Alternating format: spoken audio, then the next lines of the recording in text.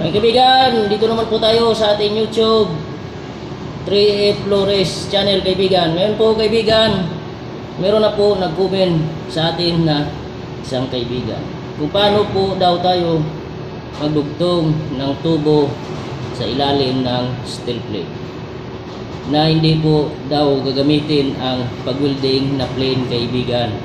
Sabi niya po kung ano po ang magandang nating welding at matibay po. Ito po sa iyo kaibigan, gawain ko po ang iyong comment para po makita mo itong video. Panoorin mo na kaibigan, mag-umpisahan mo na kaibigan ang iyong pagtrabaho sa idugtong mong tubo sa steel plate.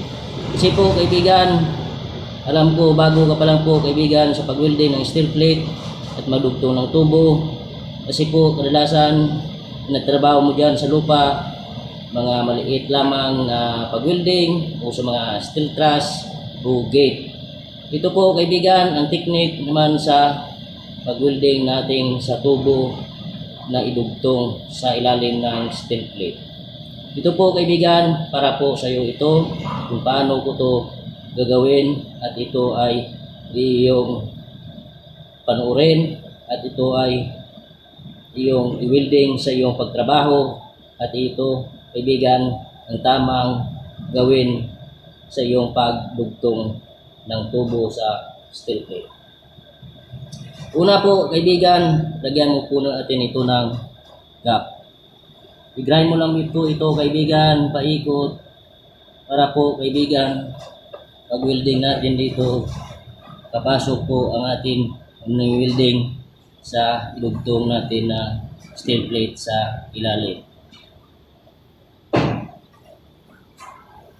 Kasi po kaibigan, pag wala po ito ng gap, pag i-fix po natin ito kaibigan, na tulad nito, pag welding mo dito kaibigan, hindi makapasok ang ating welding rod, at dito lang kakapit yan kaibigan sa taas.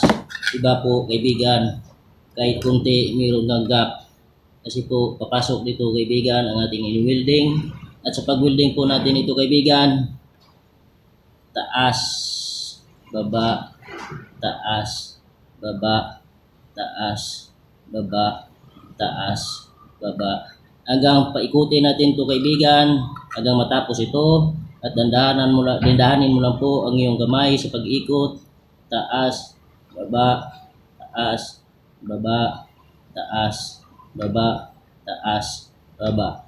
Ngayon po kaibigan, panoorin mo na po ang iyong comment na ito ay para sa iyo, ay akin na ngayon kaibigan gagawin. Sana po kung makita mo ito at mapanood, ito po ang kaibigan na grintisado na welding at matibay. Kasi po kaibigan, ito po ang style ko sa barko pag welding.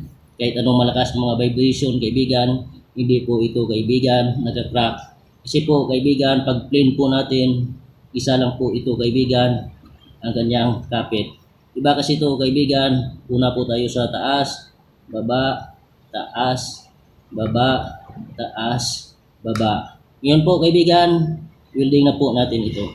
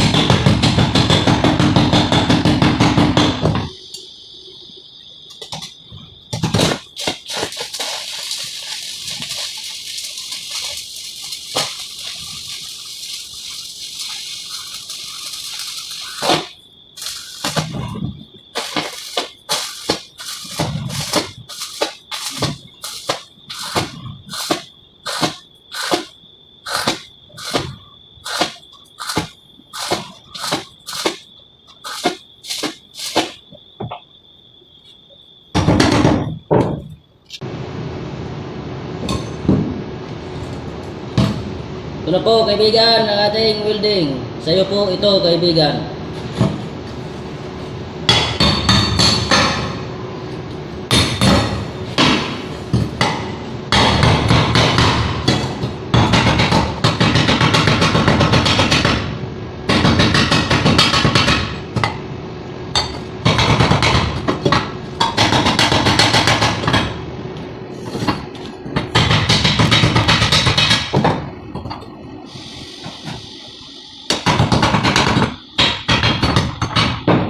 Yan po kaibigan ang ating welding.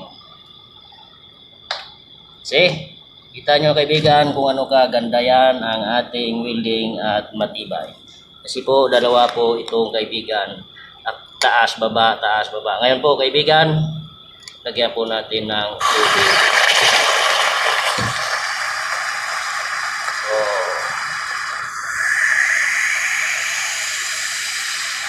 Yan po kaibigan ang ating welding na matibay at malakas ang ipirahe at taas baba natin ito welding. Kita mo kaibigan kahit tubig yan kaibigan walang lumabas. Yan po ang welding ng 3F Flores channel kaibigan. So ulit kaibigan, sana po humingi ako ng iyong suporta at huwag kalimutan mag-subscribe at ang bell po natin dyan mga kaibigan para po updated kayo sa aking mga video. Salamat po mga kaibigan at sa mga Ilonggo dyan, mag-subscribe kayo ha. Daman nyo lang kung hindi mo mag-subscribe sa akin. Hindi na mo tagaan chocolate magpuli ko. Salamat po sa lahat mga kaibigan. Marami pong salamat.